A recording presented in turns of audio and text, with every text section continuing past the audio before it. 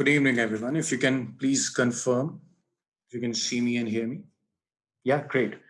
So today we have with us Dipinty Ghoshal, and she has scored a 760 on GMAT, which is a 99th percentile score, and also secured an admit to the Tux School of Business. Yeah.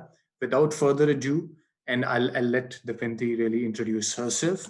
Tell you guys a bit about herself, her background, and we'll start from there on with regards to how she strategized and ensured that she achieved the score that she did eventually, and what were the things that she took care of with regards to the applications process, and how both of these kind of work towards getting her the admit that she did.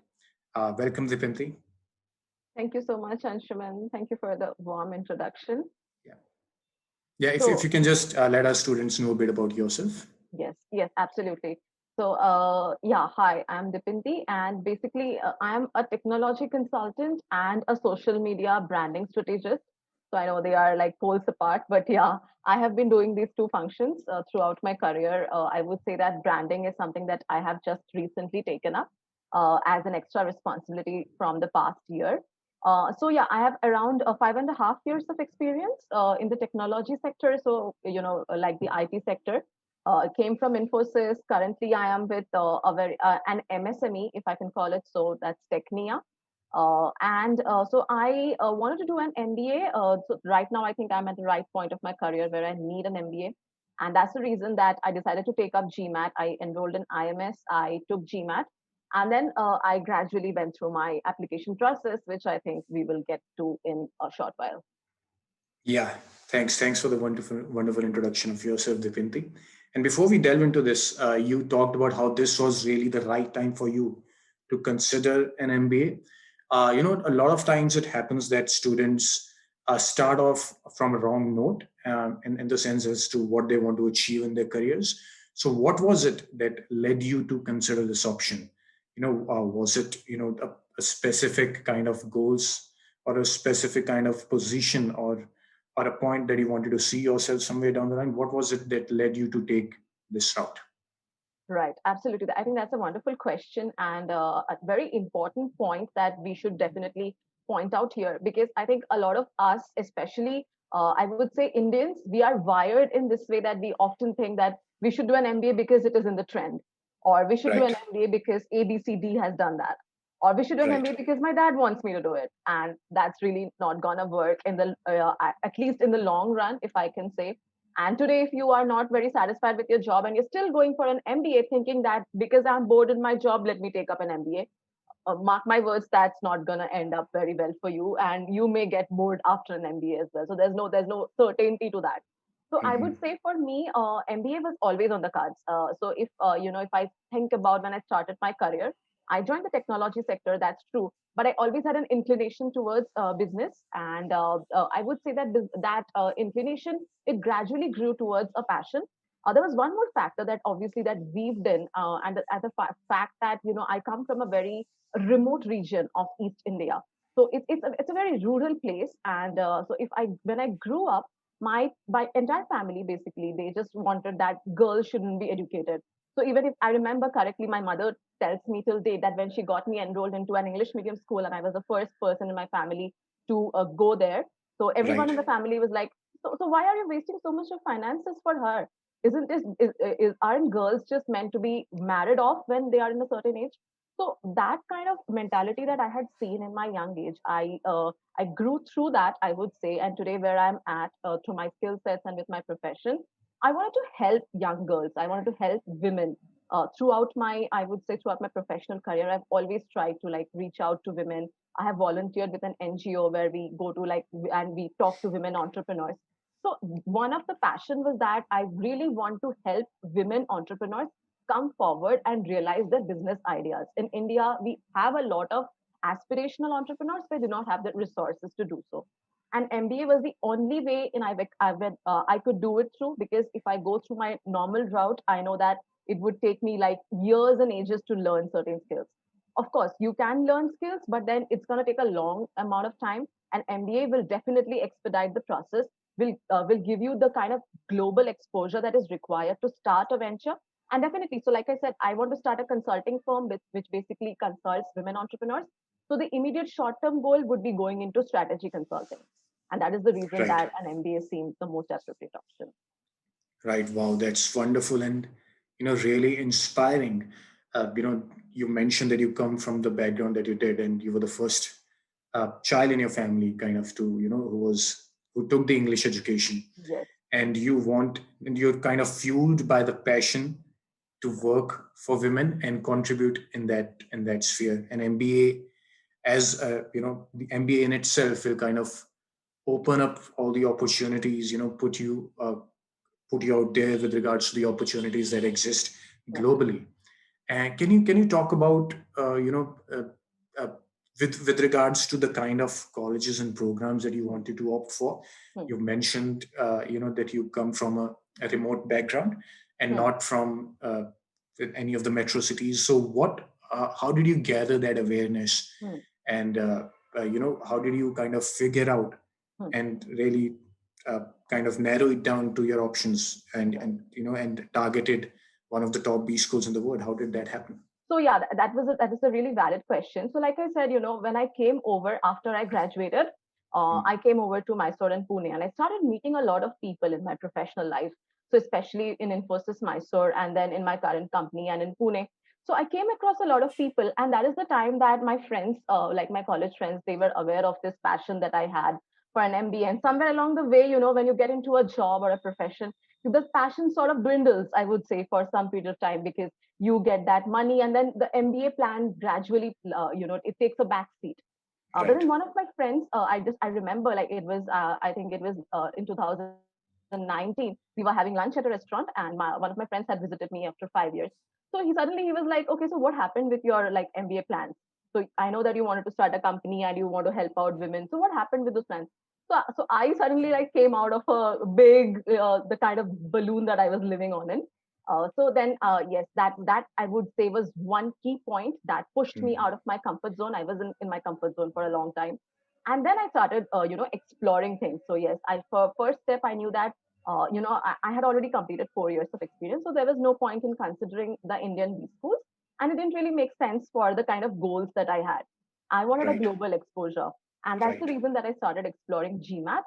So IMS, so I'll tell you very interestingly, I have already a history with IMS. So I was an IMS student in Bhubaneswar. Enrolled in IMS for CAT coaching. And so I took the CAT and I got into the Xavier Institute of Management, Bhubaneswar, into XIMB. But interestingly, I dinged the college because I thought that, I will try for a better college later on. Yeah. So yeah, so IMS was the first option I went to for GMAT. And then gradually, like going through my GMAT journey, I started exploring schools that were more proper for consulting. So because my short-term goal was strategy consulting, so IMS consultants, they also helped me a lot in shortlisting a few schools that are really good for consulting.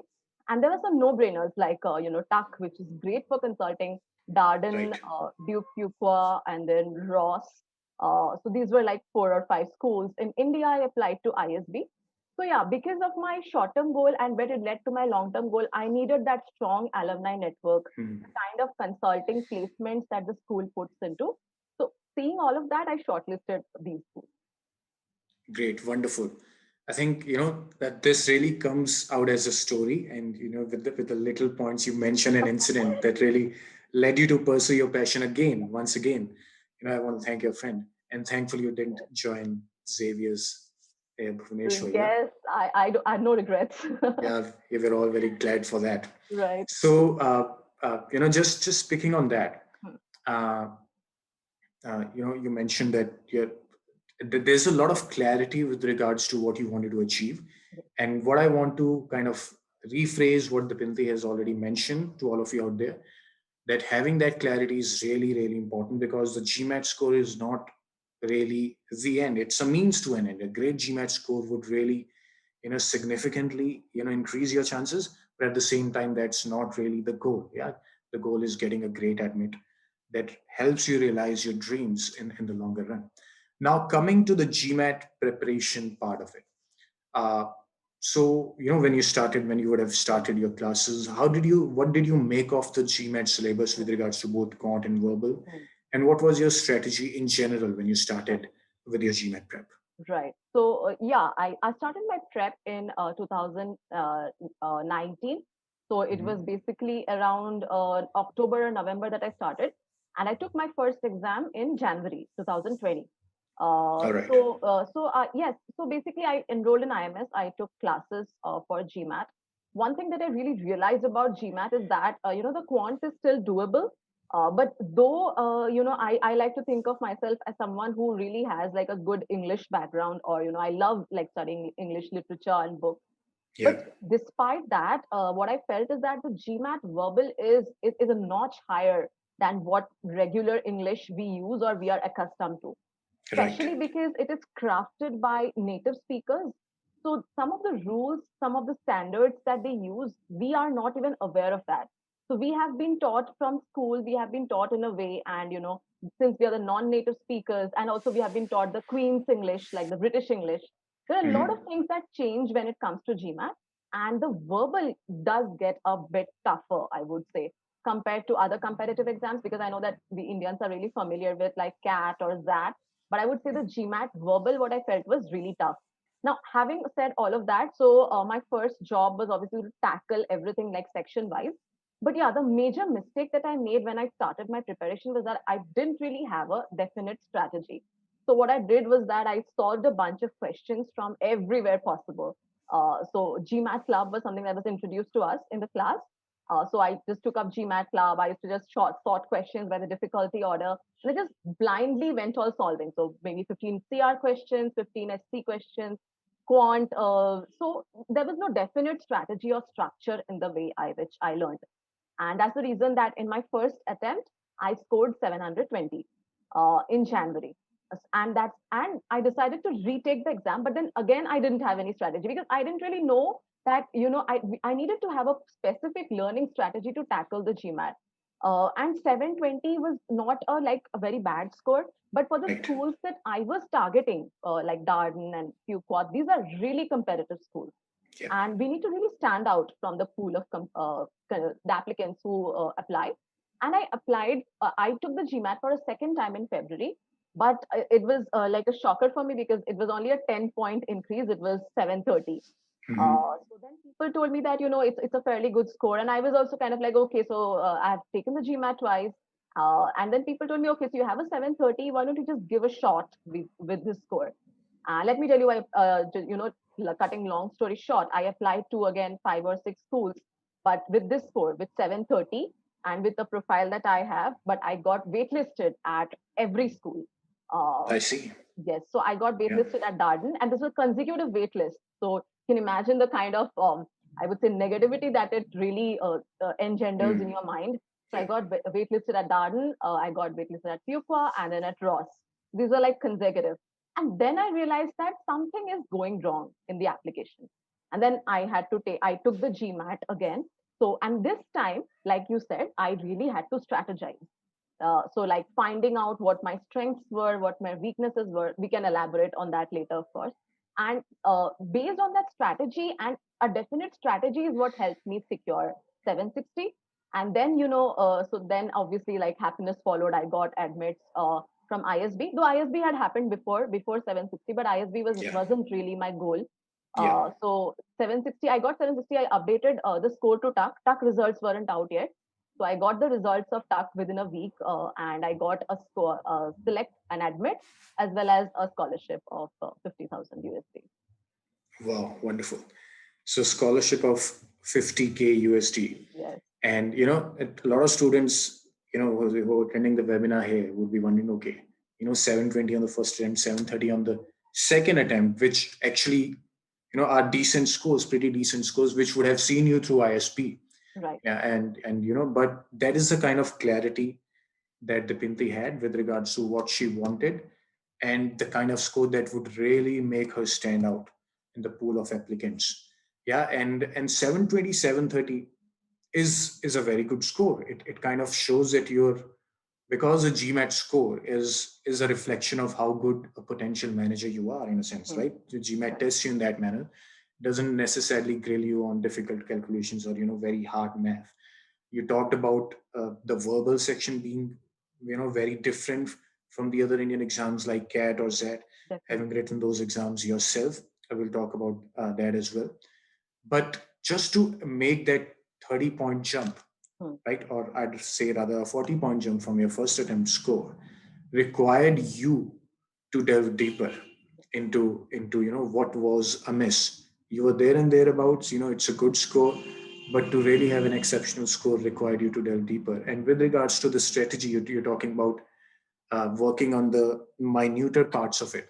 Hmm. So, what was it that you discovered was lacking in a 720 attempt of yours that you really covered up and ensured it's all, that you have it taken care of when you scored that 760?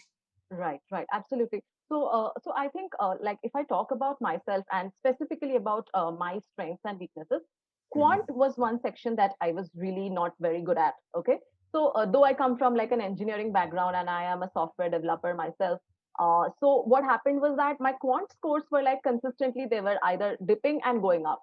So I was Mhm. stuck in that 48, 49 zone. Now, if you apply to American business schools, usually the Indians who apply to such business schools, they will come with a very high GMAT score, and almost all of them have a very high quantitative score. So it's Right. either 50 or 51 because usually Indians and Asians are very good at math. So, even if you see that if in GMAT you are able to score a Q50, it is just the 85th percentile. That's Right. because a lot of people are able to score 50. So, in Yeah. that particular way, I would say that my quant was something that really lacked. I scored 48 and then sometimes I scored 49. I'm talking about the mocks included. So, I could see Mhm. that there wasn't a very consistency in the quant score. And that was what was leading to the lot of difference between my mocks and my original scores in the test scores. Verbal was, I would say that it was pretty good. I could manage something. But then after that, so when I decided to take up the GMAT again and I scored a 760, at that moment, I really had to like introspect and retrospect about what had gone wrong on those two attempts.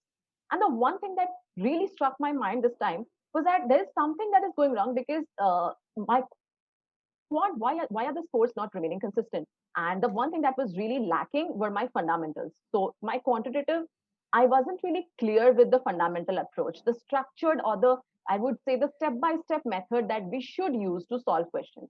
So, like a bunch of other people, I simply used shortcuts to arrive at my answers. Number one point, never ever use shortcuts in GMAT. So it may work in some questions, but I would say that in other questions, we would like definitely falter at. So it is always better to learn the structured approach of solving every question. So whether it is probability or permutation and combination or time and work, so all of these, it is always good to learn solving questions using the structured approach. Now, if we are really short in time and we realize that we cannot really apply the structured approach here, then at that time maybe a couple of questions we can use the shortcut, but at least in the back of the mind we should know that okay, the answer can be derived using this shortcut approach. And this is what will help us get to that Q50 or Q51. So that was what was lacking in quant. And if I talk about verbal, now it is very important to realize that within verbal also there are certain subsections, right? So there's SC, there is CR, and there's RC. And for me, I was pretty good at SC. So I could just solve SC questions in like 30 seconds to 1 minute. But then when I came to CR, I was severely lacking in it. So maybe sometimes I just couldn't frame the answer. So I read the question, I pointed out an answer, and then I went to the other options and I got confused.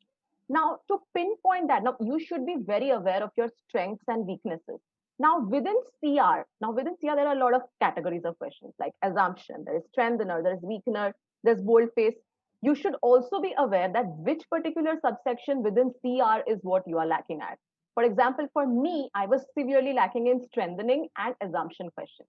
Now, you should be in your mind, you should be aware of your strengths and weaknesses at the first place. If you're not aware of that, then you won't know what are the target areas that you should focus on while you are delving deeper into the GMAT.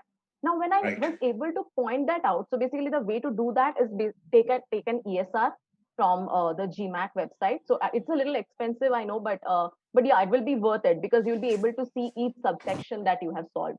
And that is the way. And then one thing that you could also do is, for example, when you are solving questions in GMAT Club, apply the filters properly. Like select assumption questions of CR and see that what is your percentage accuracy in that assumption question.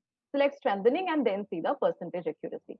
So being very cognizant of the subsectional accuracy is what will get you to that perfect score.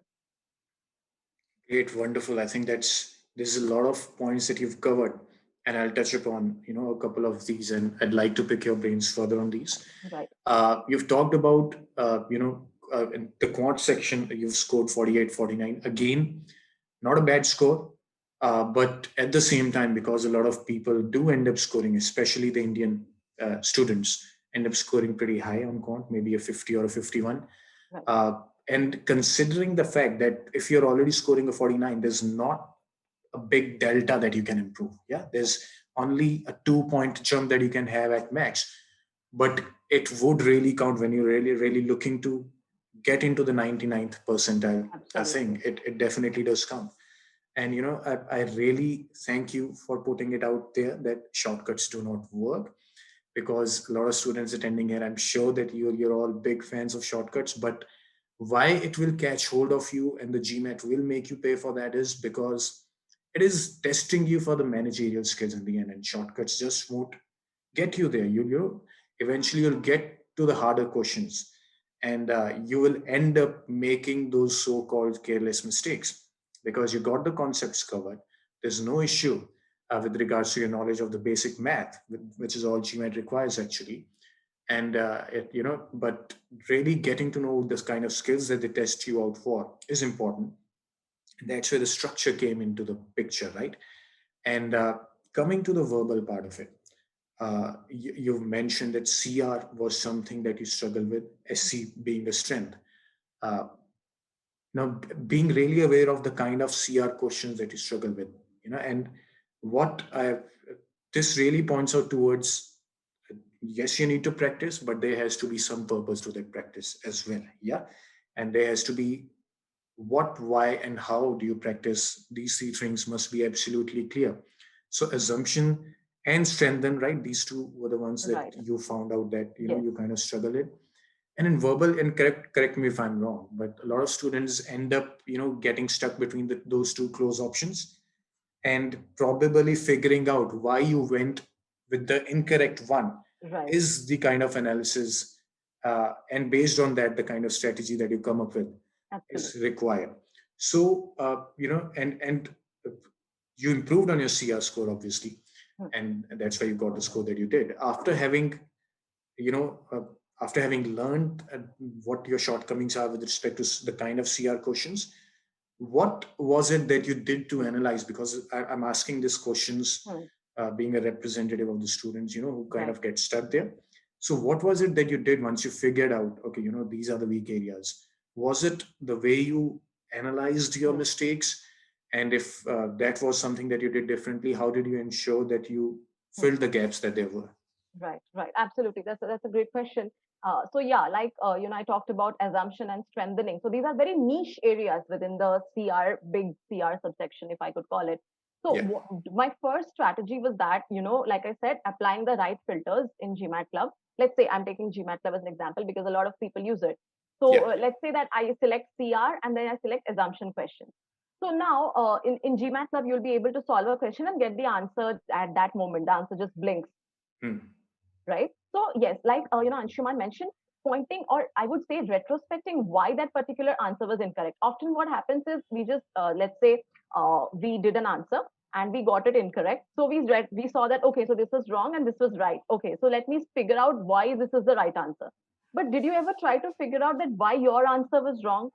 So I think that is what makes the difference. Not only going through that right answer or why that answer was right, but also going through the explanation of why the other answers are wrong, right? So that you understand there is a flaw in the way you are thinking. Okay. And one thing that I would really like you to use is like in CR, when you read the question, so you need to develop. So obviously it takes time and it takes practice, but you need to develop the kind of pre-thinking approach. Like when you read a question, the answer should be there in the back of your mind when you are going through a question, right?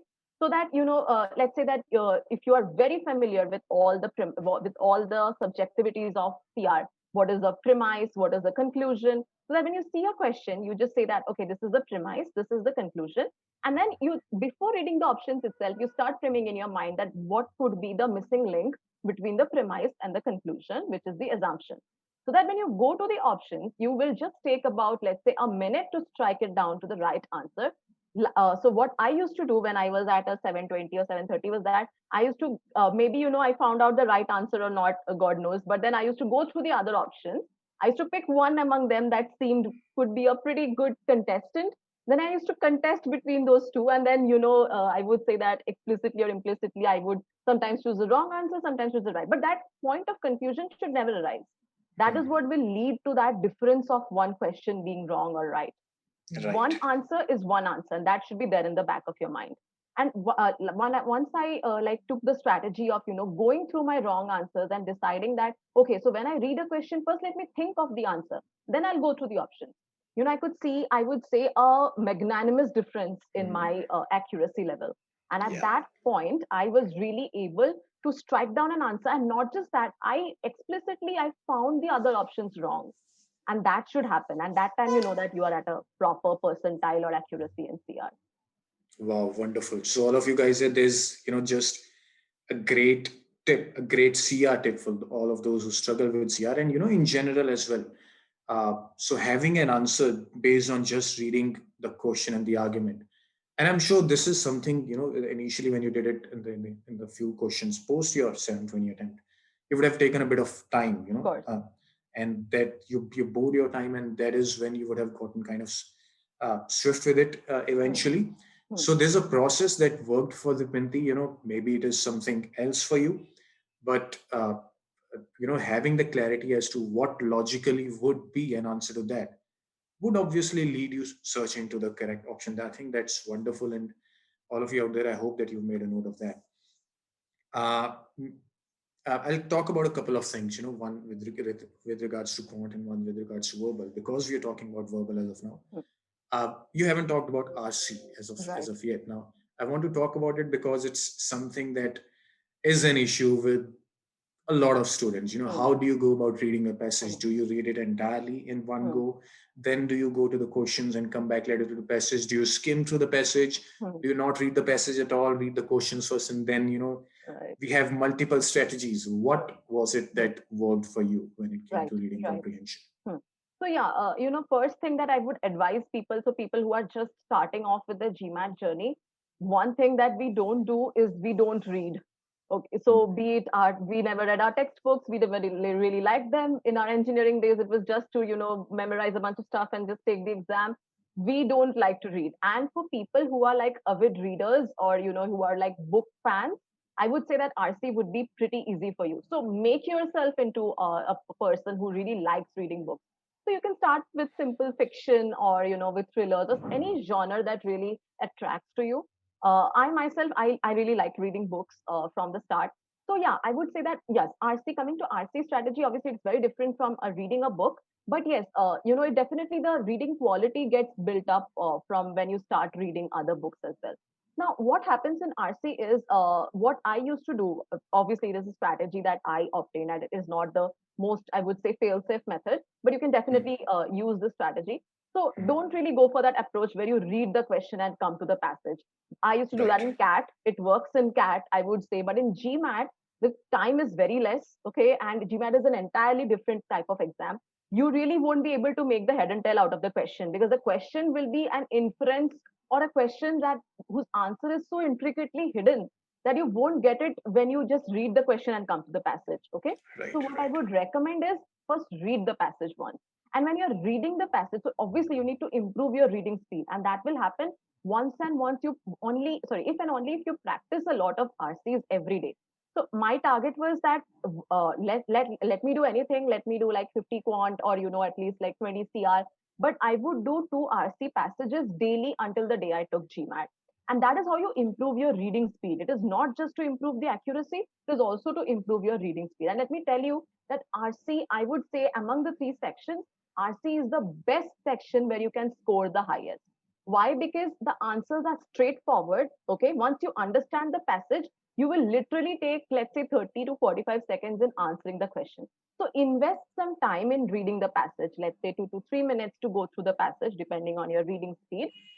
And then once you have understood it, answering the questions will be like a piece of cake. So you'll just scroll through the questions and you can answer them. And believe me, when I was at a 760, I was at that level where I read the passage. I read it very carefully, like line by line once. And then I could literally just scroll through questions and answer them like at a time. I didn't even have to go back to the passage once again to search for the second question's answer. It differs from passage to passage, of course. Like scientific passages will be a little easier to answer. But yeah, I will Right. say that in 90% of the cases, it works. Wow, wonderful. Yeah. So if you need to chop down a tree, you spend your maximum time sharpening the axe, and consistent reading of two passages every day. I hope everyone has made a note of that, And because yeah, there's and no shortcut. take notes while reading the RC. One thing that I forgot to mention. So Okay. it makes really help to take notes. So for example, GMAT RCs are not very long. Okay, so there'll be like 2 paras or 3 paras. So read the first para, just write in a gist about what the first para talks about in a very short gist. Don't write an entire story there. And then second para, just write the gist. Third para, write the gist. So that in the back of your mind you have understood the passage and you have understood what the author is trying to say. So yes, I took a lot of notes. And let me tell you that once you practice and practice and practice, even that notes are not required. At one point of time, you'll just be able to understand the RC and answer the question. Exactly. Yeah. So targeted practice produce those kinds of results, and taking short notes. I've seen a lot of students, make elaborate notes when they read a passage. Don't write a passage for a passage; that doesn't work. And secondly, don't read the questions and come back. I know it really hurt you the first time you did a GMAT RC, because you read the question and you're looking at, oh, where's the answer? What just happened here? The way we were used to doing RC back in our school days, or even in exams like that, it's really different. It requires you to, it tests your inference to a good degree, but probably not to the degree that a CR would. And No. that's where the Dipinty comes from, that, that an RC probably is an easier section to Yes. nail if you've got that reading habit inculcated and the strategy figured out. Thanks for that, Dipindy. I think wonderful tips. Coming to the quant part of it, coming back to the quant part of it, rather, I would say, something that bamboozles a lot of students on quant is the data sufficiency question. Right. Yeah. Hmm. Uh, though you are from an engineering background and you Hmm. very modestly say that you would score badly or poorly on GMAT Quant 40 and 49, that's not poor. Hmm. But was data sufficiency something that struggled you, that was a struggle for you initially?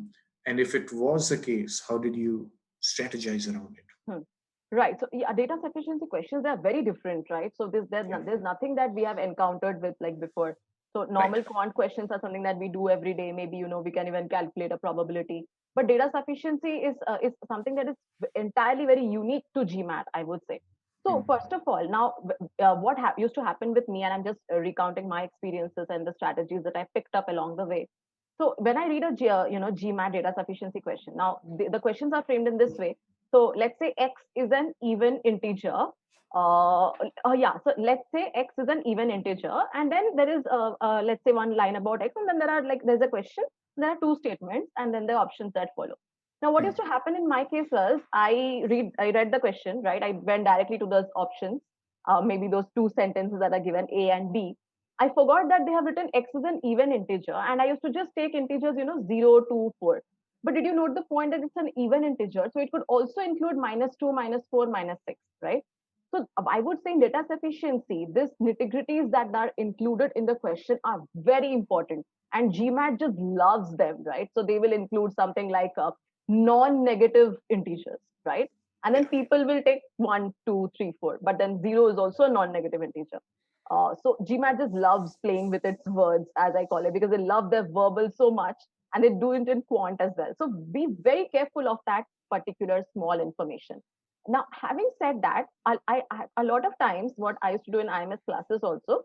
So, what happens is, let's say I read statement A, I read statement B, and then, I started solving with just the information that's given in statement A. I couldn't arrive at an answer. So obviously A is not sufficient.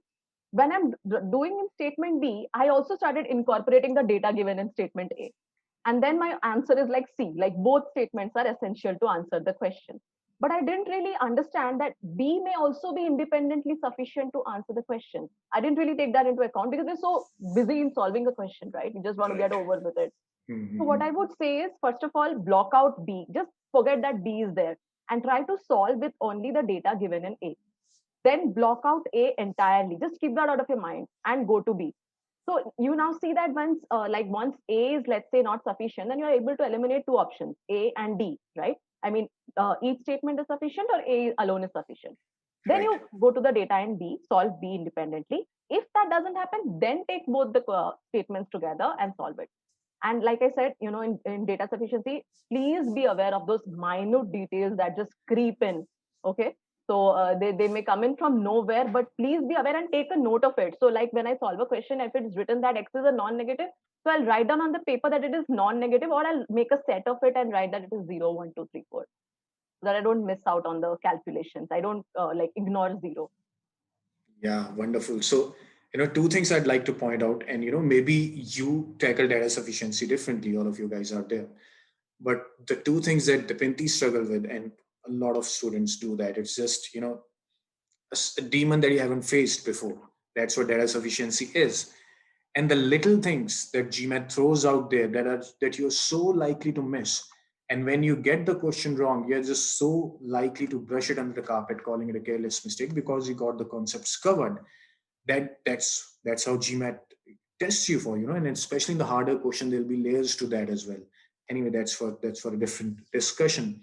But being aware of what the GMAT would test you for, and having identified that as something that you would, the reason probably that you would get some of the DS questions wrong, and she started jotting down the little stuff. Yeah, so it's not with regards to whatever mistakes you are making. You need to come up with certain solutions. So maybe you don't miss out on the little stuff, but can you come up with something that kind of takes care of, or rather ensures that you don't end up making those mistakes.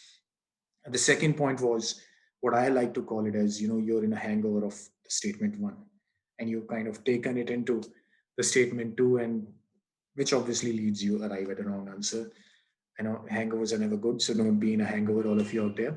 And yeah, so there are many other mistakes that people make with respect to the data sufficiency. It all boils down to what processes can you come up with to ensure that those are not repeated, essentially. Yeah. So thank you, Dipinti, for that. Wonderfully put. Now coming to and this came up while we were chatting, and you Hmm. mentioned how you are a nervous starter when it comes to probably the actual exam day. And you would score about 750 or 760 on the mocks, eventually ended up scoring a 720 on the first attempt. Yeah. You obviously achieved that score later. Hmm. Hmm. So the bigger question that I'll put forward to you: what was your strategy with regards to mocks? How many mocks did you write, Hmm. and what was how did you analyze the mocks? Because a lot of students would really want your input on that. Hmm. And the latter part, how did you ensure that, and this is something that is true for everyone, only the degree to which it happens varies, how did you ensure that you stayed calm and composed Hmm. on the D-Day? Right.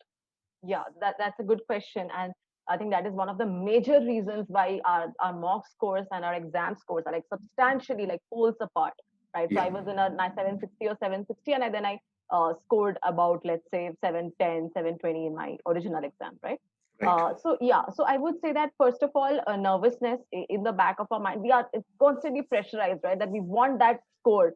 Okay, Yeah, so I want that score, and what's gonna happen if I don't get that score? So when I first took the GMAT test, somewhere at the back of my mind, I was like, okay, if I don't get the score, it means that I would never get into my B school, right? But please remove that from the subconscious of your mind. This is not cat, and you're not gonna lose anything. You still have a chance to take the exam, and then you still have a chance, and then you still have a chance, right? wow, So great, wonderful. Yeah, right. please So carry on. please Yeah, keep that in the back, wire it into your subconscious. I think my husband, he played a very enormous role. He used to like coach me daily, when I went for the 760 exam. So he was like, okay, so please keep this in your mind. This may be a third attempt, but it is not going to be your last attempt. So please keep that in your mind when you go to your exam, that it is okay. It is okay if you score, if you have a like a good score in your bucket, you already have a score. This for this next attempt. In the first attempt, obviously, I had this constant pressure of doing well in the exam, and I have to go get good in verbal. I have to do this question right in quant. So don't be that. First of all, when you tackle GMAT, just have it in your mind that yes, there can be a retake, and your retakes will obviously be better than your last take because you'll discover a lot of things along the way, right? Secondly, I would like Anshuman asked about mocks. Yes, the one thing that I would say is please do official mocks, right, from GMAT prep. Those are the ones that closely replicate the original GMAT exam. Even if you have to like invest a few dollars in Hmm. purchasing the extra mocks like mocks 3 and 4 and 5 and 6, so please Right. buy them. They'll be really lucrative for you. And so I took all of those mocks. I took all of those mocks over there on GMAT prep. Mocks are very important, especially because it teaches you how to sit at one place for 3 hours. So that was a constant problem with me. And I used to get really bored at the exam. And, when I used to come to quant or verbal section, and I used to be like, okay, so when will I get over with this? But yeah, the mocks really train you to sit at one Yeah. place. Now, like in the pandemic situation, I'd also like to point out that why mocks are very important now is because when you go to the center, you have to constantly wear a mask while taking your exam, right? So please wear your mask and then practice your mock so that you get that hang of wearing a mask for about 3 hours. And like wear a mask that has like a breathable end, or like an N95 mask or something like that, so that your glasses don't get foggy if you wear or use glasses. So that is a great thing. And yeah, how to analyze mocks. So coming to the third part of Anshuman's question. So analysis of mocks. So in GMAT prep, you don't get analysis of mocks, right? The official mocks, they don't have a lot of analysis feature in them. So to do that, I took up the Veritas mocks. You get them for about $12. And I would say that they really replicate the original mocks, and they have a good analysis at the end as well. So you need to purchase like one or two of those mocks that really, that appeal to you. It may be like Veritas or like Manhattan. These are some that I know that really replicate the original exam mocks. So you can just take them, and they have like good analysis at the end. So after each mock, just figure out that what questions you did wrong and why. So it is not just important that okay, so I scored 15 verbal and I got let's say 5 questions wrong. Okay, chalo, we are done Hmm. with that. Let me go to verbal, or let me go to Hmm. quant. So Hmm. please go back and see why you got those 5 questions wrong. Those 5 questions may be the difference between, let's say, a 46 and a 48 in your original exam, right? Right. So GMAT is like you will never get a repeated question. They have a database of billions or millions of questions. So every time question pattern changes, every time the question type changes. So it is not that if you are getting 5 questions or 5 questions wrong in your mock, you will get exactly 5 questions or lesser than that wrong in your original exam. So make sure that you understand why you got those 5 questions wrong. So analyze each mock and then try to improve your score with each mock, because even if a 10-point increase in your next mock, I would say space them evenly. Like take a mock, then take 10 days of like breathing space, like study, focus on your weak areas, and then take a mock again. And then analyze. And if you get a 10-point increase, also, it is a huge difference. So I would say, yes, I'm a huge believer in mocks. They help to build up patience and focus. So yeah, do take your mock. I know a Yeah. lot of people skip them because they're like really intimidated that, yeah, what would I get the score? But yes, it will be a reflection of what you would get if you took the GMAT today. Exactly. Yeah. You can't do without mocks. Yes. Uh, Actually, in my opinion as well. So, a couple of points. One thing I'd like to rephrase. A wonderful little nugget from Dipinty here. So she used to practice wearing a mask. Now, what essentially she means is she wanted to create that environment that she would be facing on the exam day. Very, very important. You need to be comfortable with sitting for those 3.5 hours. Yeah. And you need to not just be comfortable, you need to be at your best. So this is again a little thing that processes, as I said. If you're going to write the online exam, just ensure that you have that little whiteboard and you're kind of solving on that and not using your pen and paper. Don't keep a cola and a popcorn while solving the mock. It needs to be taken the way it is meant to be taken. Yeah. Not in And pajamas. yeah, You're yeah, too another comfortable in pajamas. Yeah. exactly, exactly. Yeah. So dress up, be, and or rather, I would go to an extent to say, try to simulate the situation in a manner that you are slightly under pressure, because you would be on the exam day. And no matter how cool you are, uh, writing a mock and writing the actual exam is slightly different. And secondly, the mock analysis, a mock is to point at what your potential pitfalls are, right? So it's an opportunity for you to learn.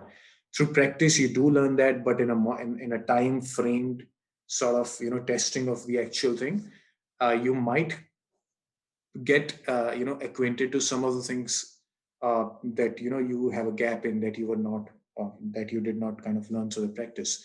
So let those point to the potential pitfalls, the potential gaps. Take a few days off, work on those gaps, fill those gaps, write the next mock, and see if you've covered those or not. That's the way you've got to go about it. Yeah. So wonderfully put, Dipinty. And we've talked about your strategy in general with regards to quant, verbal, how you use the mocks to really max out on your ability on GMAT. Now, as we've talked about it, GMAT score, a great GMAT score is only a means to an end. There are a lot of other factors that you really need to bring your game on. Right. Can you just slightly take our students through what you did that really worked for you with regards to your applications? Be it your story about your essays, or how did you frame your application? Right. Yeah, that's a good point. I would say that GMAT score is important. It is, I would say that it's obviously forms a crucial point of your application. But yeah, it is just a point, not the entire line or not the entire story that is going to go to the adcom, right? So Right. you need to pitch forth your story. So first of all, be very clear about your goals. So I think the first thing that Anshuman told me at the start was that, so okay, so your goals are, it does sound like a story. So yeah, that is how it should sound like to the adcom as well. So believe me, there is one factor that the schools look at when they try to take you in, and that is how employable you are, right? Because ultimately every school just wants to increase their placement record. That is no hidden secret. So when they Yeah. want to take you in, their primary goal will be that, okay, so will this person be able to get a job through us or not? Okay, we will provide her or him the means and let's say the resources, but ultimately it is you who will have to land at a job. Now there are like abcd people talking about management consulting, there are people talking about investment banking. So let's say that I'm a teacher at a school, or let's say in Teach in India, and then suddenly I want to go into investment banking. How does that sound? It would sound ridiculous to anyone, right? Even you wouldn't believe it if I told you. Now, so whatever you say, it has to flow in through your whatever you did at the, let's say, past, right? Or whatever you want to do in the future. So I take either points, let's say your past story or your future goals, your long term goal, Mhm. and then frame your short term goal accordingly. Think about it, like Yeah. take some time to figure it all out. What is one aspect? So figuring the goals out. Second thing I would say is putting forth your strengths and weaknesses properly. Always, I just like to emphasize that please do not be if someone asks you what are your weaknesses, please do not sugarcoat things and say like I just really love to work hard. I'm such a hard worker. American schools and other global business schools, they do not believe that it only works in India. So please do not tell all of those. Be very candid about your strengths and your weaknesses, right? Note at least three strengths and three weaknesses down. That will be very useful for you in your interview, as well as when you're writing the application. Like if there's an essay that says why are you a good fit for the school, or what will you bring to the school, you can always mention about your strengths. And weaknesses is a question that they love to ask during the interview. The third thing that I would say is always try to pitch forth your leadership abilities, right? Now all of us, we are not if I talk about the general crowd that goes in for the MBA, not all of us have a lot of experience. So we are somewhere around 4 to 6 years of experience and on average. So not a lot of us are placed at a leadership role, right? Not a lot of us will be managers because it doesn't work that way. We haven't had that years of experience. So I would say that, but it doesn't really matter whether you have a leadership designation or not. What matters is whether you have done things at work that you are accountable or responsible for. Whether you have taken up things at work. Leadership just doesn't mean being a manager or being a boss or being a CEO. You can also be a developer or let's say, an analyst, and you can still be in a leadership role. by taking up certain things in your organization. Maybe you did a seminar or a webinar on how to bring the youth into technology, or how technology is going to change the future of this country. So do highlight your leadership skills in your essays and in your application. Right, wonderful. Yeah. So an all-round your abilities all around the platter rather than just a great GMAT score is what they're looking at. GMAT score is definitely a point. It's not the entire line. Yes. I love that line. I'm going to use that, by the way. And with regards to weaknesses, I have no weaknesses. Is my only weakness is not going to work at all. So And then have sugar coating, that is the best yeah, thing. That someone taught me, I think, in college, mm, that whenever they ask about weakness, try to show it like a strength. I work so hard, and Yes. I really drain myself working so hard. Then let's not do that. What this essentially means is that having great clarity of yourself, and it boils down to that, and it'll shine through. Yeah, having great clarity of who you are and what you want as an outcome, and how that college or that program can really, you know, help you achieve that. And that's when they would really want to have you as well. Yeah, so it goes both the ways. Uh, so that was wonderful, Dipinti. And one last question on this one. So a lot of our students, have questions like, I do not have a great academic record. GPA on the lower end, or probably they haven't had that kind of a work experience, behind them, as you Mm, talked about. Not They mm, haven't been in a managerial role as such yes, yet. Many of our students have actually just graduated or would just be graduating. right. So with regards to a factor that they Mm, perceive to be detrimental to their mm, application, what advice would you give mm. to such students? Yes, right. Absolutely. So, I would like to take on from my example as well. So, I was going to say that, but then my network just went off at that point of time. So, Yeah. I'm not from an IIT or an NIT. If you just go and check me off on a LinkedIn, I Mm, come from a very like tier three this kind of engineering college, that is Biju Patnaik University of Technology. And even when I told the name, if I remember correctly, if I told the name to one of the interviewers, and he was like, "Okay, what? Can you just repeat?" Because that is so absurd to them, right? They haven't even heard of it. yeah, But let yeah. me tell you, I used to think of that as a weakness. I approached a few consultants before I came to IMS Consulting. Mhm. So the first thing that they told when they evaluated my profile was that, okay, so you don't have a good undergrad college, you don't have any brand names associated with you, like you're not from KPMG or McKinsey, you're not going to get in. So why don't you like lower your dreams and try for, let's say, 30 to 40 kind of ranked schools. Mhm. But then that is not at all true, and people are just trying to mislead you. So they were like, okay, if you enroll with us, then we'll make sure that you go into this company and take up this role and do these things in volunteering. So, but please don't fall into such like Yep. scamsters and shoddy businesses. What you Mhm. would like to do is take that weak point of your application and make sure that it's covered well enough with another strength that they wouldn't find in others. So for me, it was that I didn't have a good brand name, or my current employer isn't really well known. I'm from an MSME, but the role that I have done is very different, right? I'm a consultant, a technology consultant, and I'm a social media branding expert, right? So these are very different roles. So what you can Right. do potentially is, in your company, you can ask your bosses to go for that extra responsibility that you would like to take up. Maybe you want to take charge of the cultural segment of the company, or maybe you want to really do some work in the CSR front.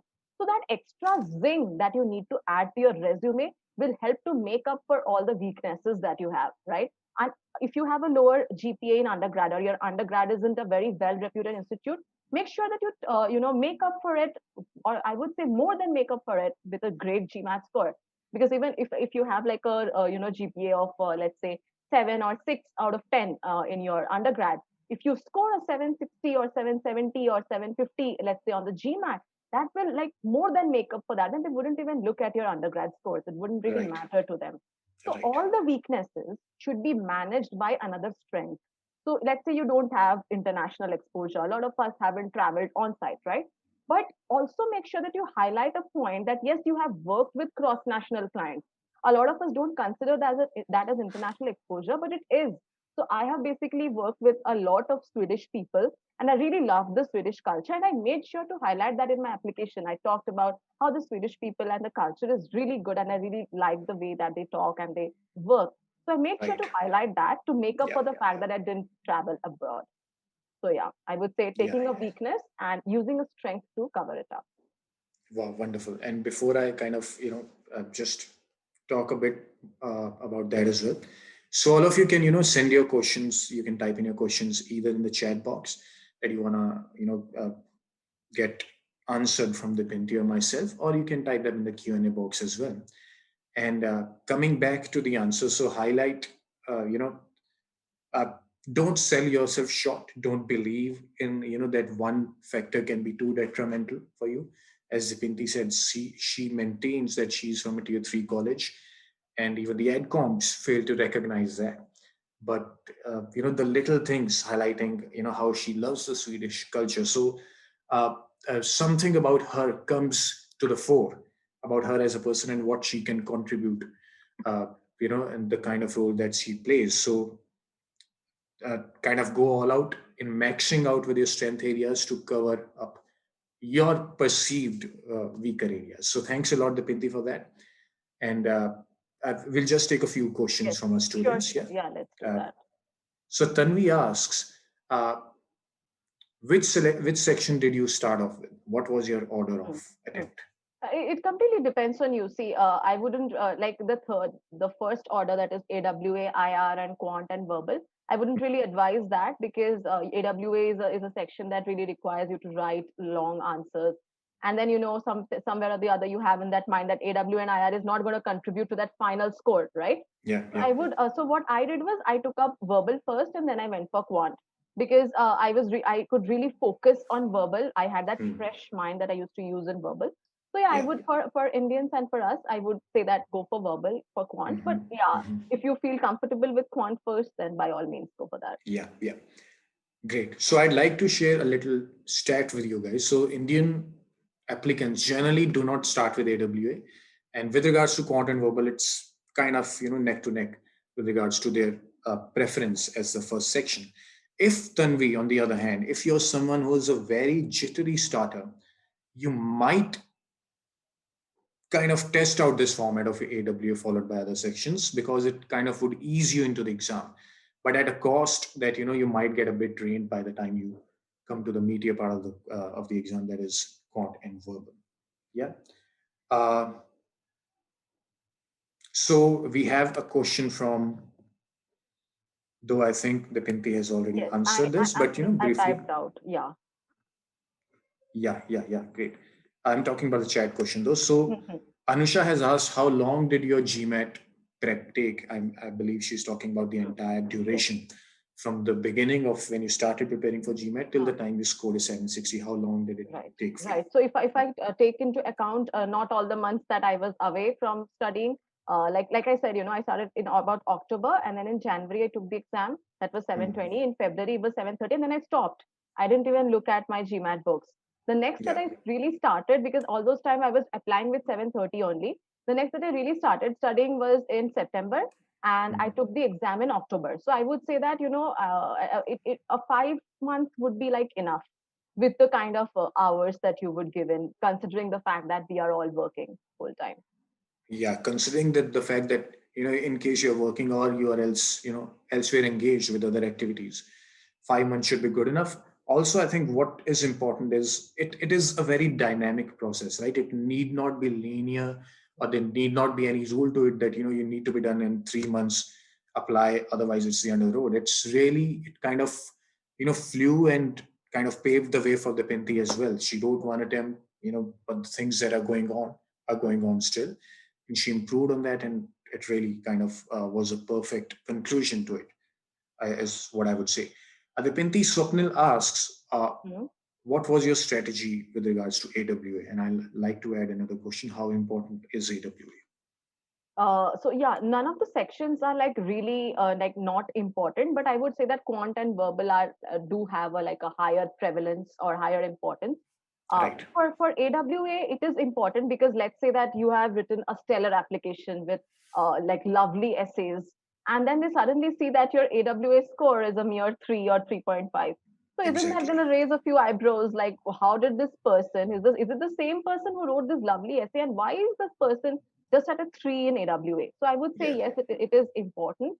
It is Mm, important that you get like an average score is good enough. So personally, I scored 5.5 on AWA. It is scored out of mm, 6, which is a mm, scale score.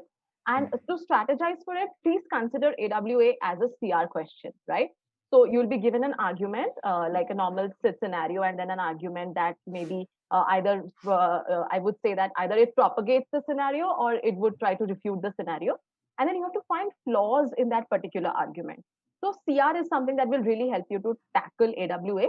And also, like GMAT has their I think there are about 200 questions that GMAT has already given on AWA. Just Google them. So they give those questions within those only. So, but yes, but 200 questions is not, it is impossible to practice all of them.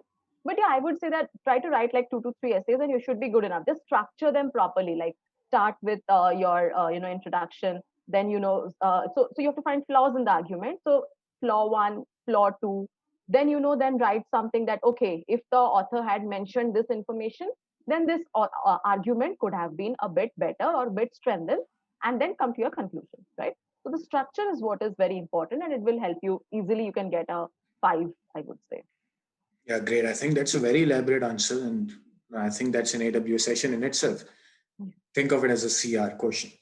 So Udit asks, how to manage study load along with job, which is consuming 10 to 12 hours on a daily basis? Right, Very right. important. Yeah, a Yes, very absolutely. relevant question. Yeah. Yes, absolutely. So yeah, when I was preparing, I used to that time we didn't have work from home, right? So it was Yeah. like 9 hour job plus 1 hour travel, 1 hour travel back, and then so Yeah. 11 hours, like I said. But then so what you need to do is set aside some time during the day. So please don't leave any of your days empty. At least try not to. But daily, just have a little bit of practice that you're in touch with your constant, because I've seen that people they take like a 1 week gap and then they come back and Mm, say, "Oh my God, I started preparing GMAT and then I have forgotten stuff." yeah. So the Yeah. progress isn't going to go. So I would say that daily at least set 2 hours aside. And weekends are something that you can really utilize, right? So, give at least, let's say, 4 to 5 hours easily on the weekend. But yeah, 2 hours should be more than enough for this. It's not cat. You don't need extensive study and don't need to beat yourself up about it. But yeah, set Exactly. 2 hours in your day, either in the morning or when you come back from work. Wow, wonderful. Yeah. So you would obviously have to manage time. It's an exam that doesn't require you to study for crazy number of hours daily. Hmm. You will have to manage it, and but can be done. We have Dipinty here with us who has done that. So thank you for that, Dipinty, and I don't believe we have any other questions. Any other question that you might later come up with, you can obviously share with me, and I'll definitely see that those get answered.